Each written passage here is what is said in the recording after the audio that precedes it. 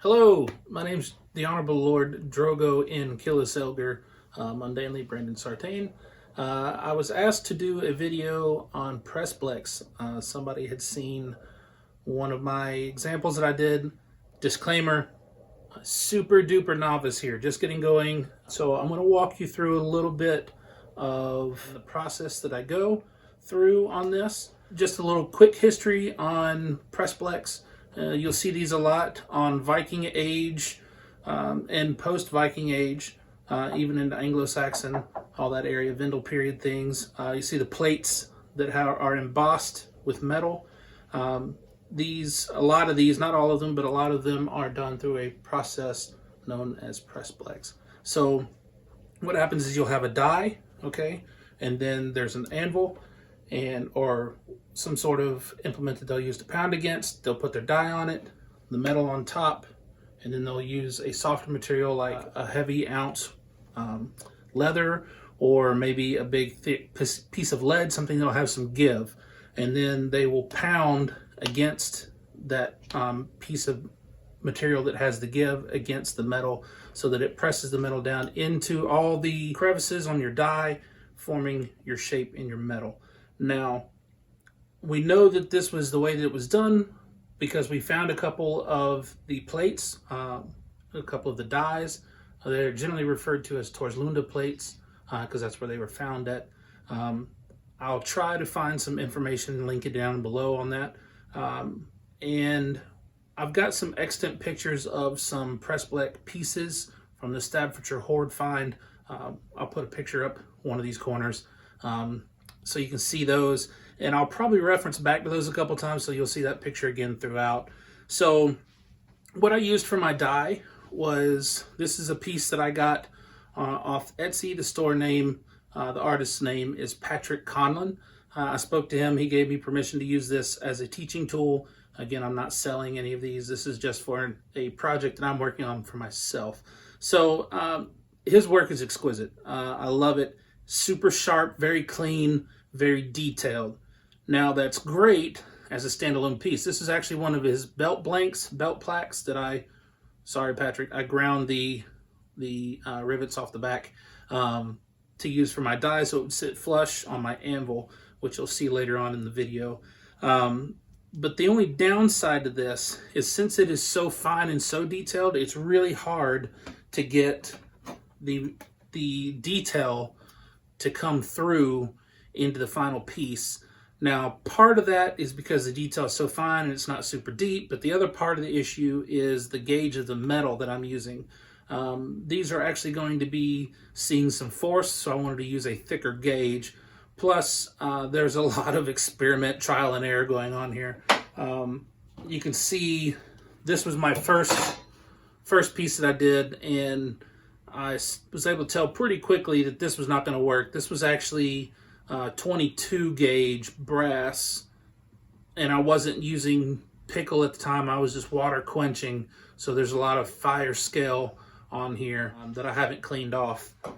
This piece is 24 gauge brass, so 1 gauge finer. And I got these are dead soft brass. I got them off of Rio Grande website.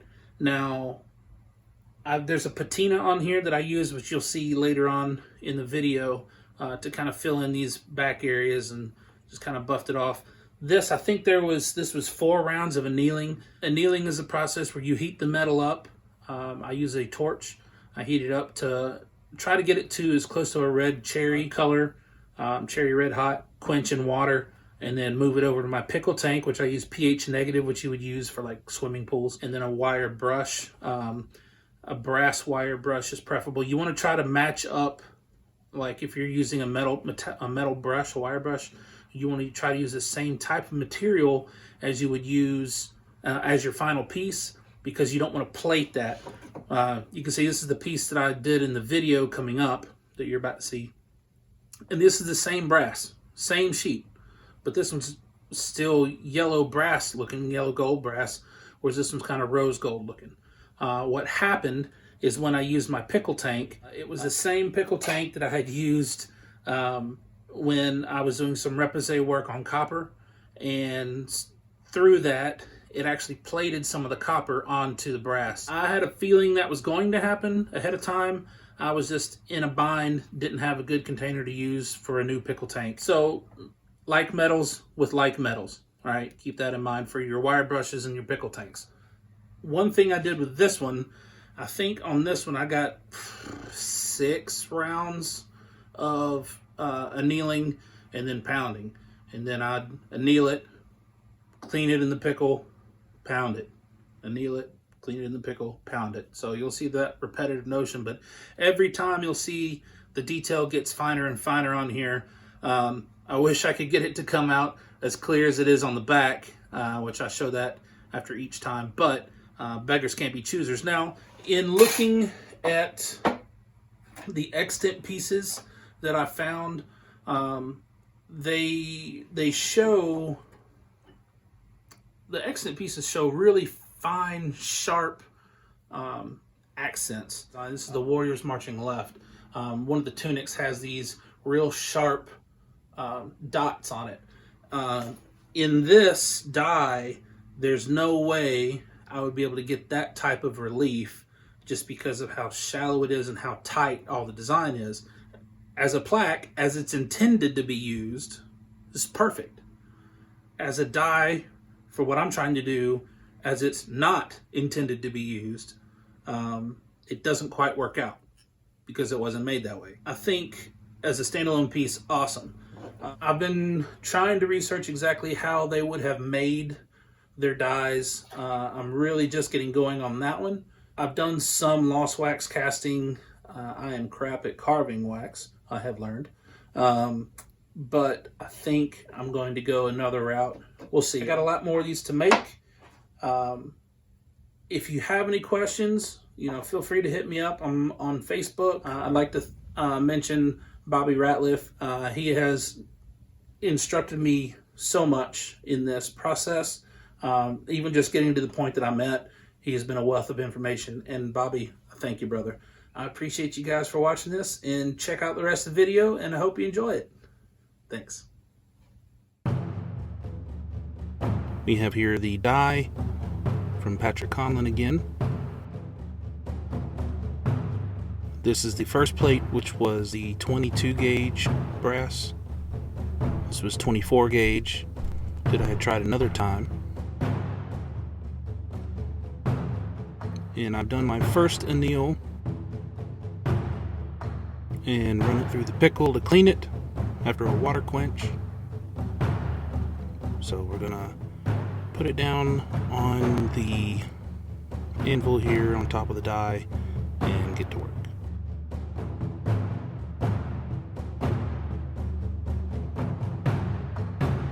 So here I have 2 pieces of leather. One, I think they are actually 8 ounce that I've just stacked on top of each other. One of them was an old piece of sole bin, but it was crushing down as I used it. What I plan to do here soon is melt some lead down into a plate to use for this. So here I am annealing again with the torch. And we'll take this, drop it into the water quench here in a minute. So you want to heat this up till it gets a nice cherry red. It's hard to see during the day, so it's really hard to tell here that I've gotten it that hot. So I just dropped it in the water quench. Now what that's doing is that's keeping the molecules spread apart so the metal is soft and is malleable to work. And what will happen then is as you hit it, it hardens. So it actually hardens up because those molecules get pressed back together. So that's why you have to constantly anneal. Otherwise your metal will split. Cleaning it up in the pickle, again I use the pH negative from like you'd use in the pool, like I think I got it at Home Depot. And just mix it in some warm water so it dissolves good. I did a cap full in about half of the little small bucket. So on to round 2, just showing my die, where we are currently in the process. Put it in a spot, put it on the anvil, put the leather back on top, and go to work.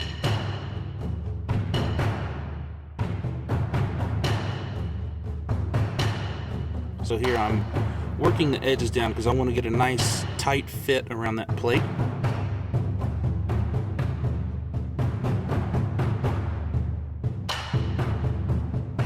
got some good design coming in around the edges, but the center's still pretty smooth.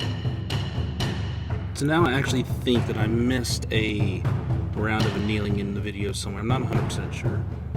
But you can see here's the back of it, the way it currently sits. So I have annealed, and we're going to go another round.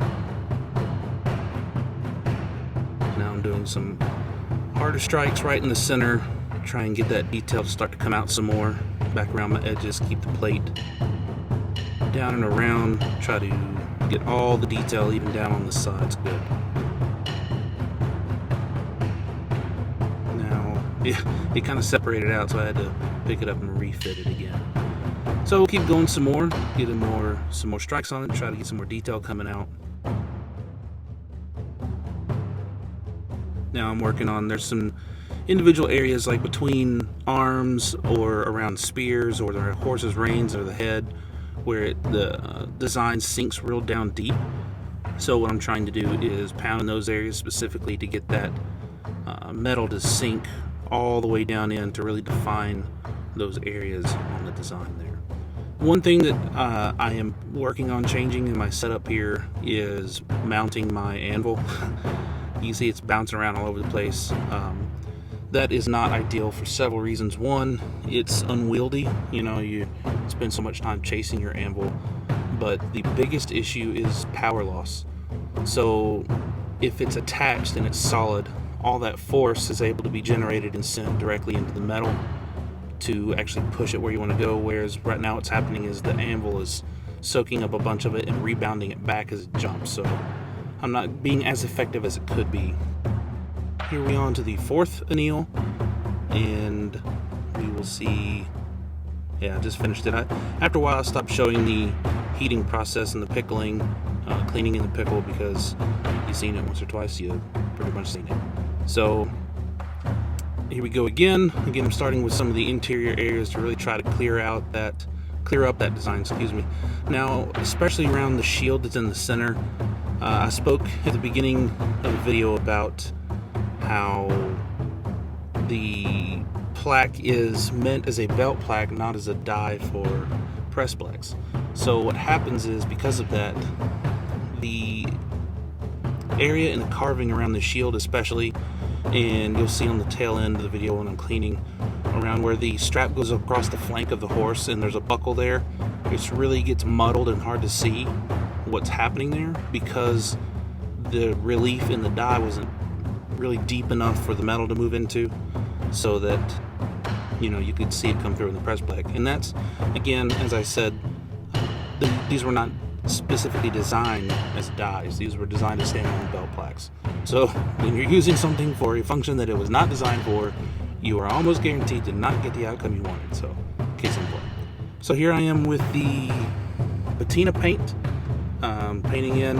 I think I've decided on the other plaques that I make, I'm probably not going to use the patina paint.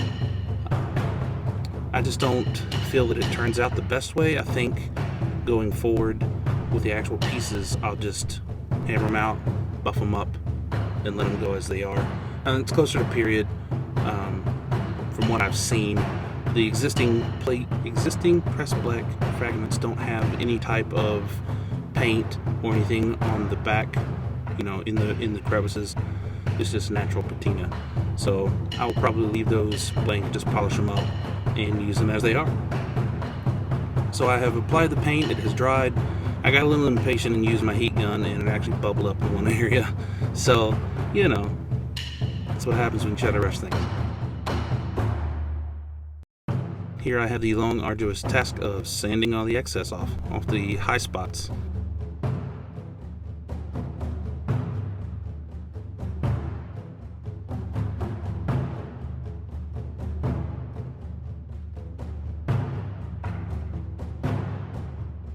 And this is actually it's a foam inner that I'm using. It's like a foam sponge, and it's got several different grits of basically emery cloth on the outside.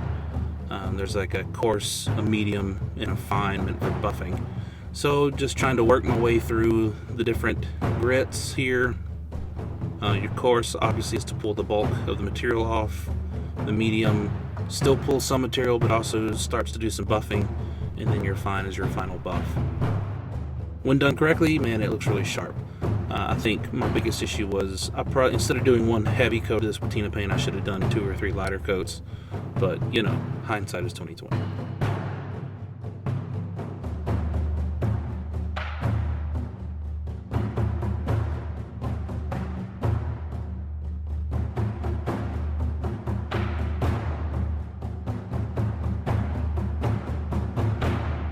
So we're coming down pretty close here to finishing it up, just getting the last little bits off. Starting to shine up pretty good.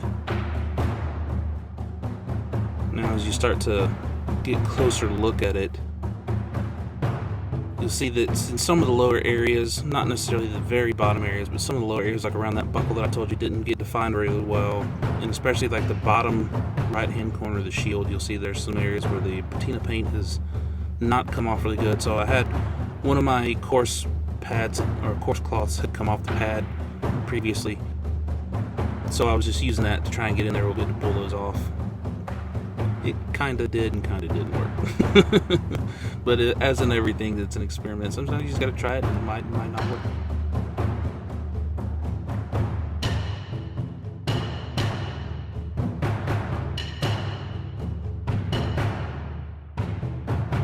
So by itself, looking at this plate, it's kind of hard to see that it's got that copper plating on it, but here when I put these side by side, you can definitely tell real easily.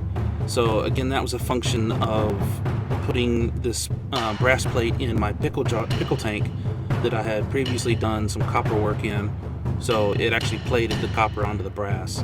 So just be sure, same tanks for same metals.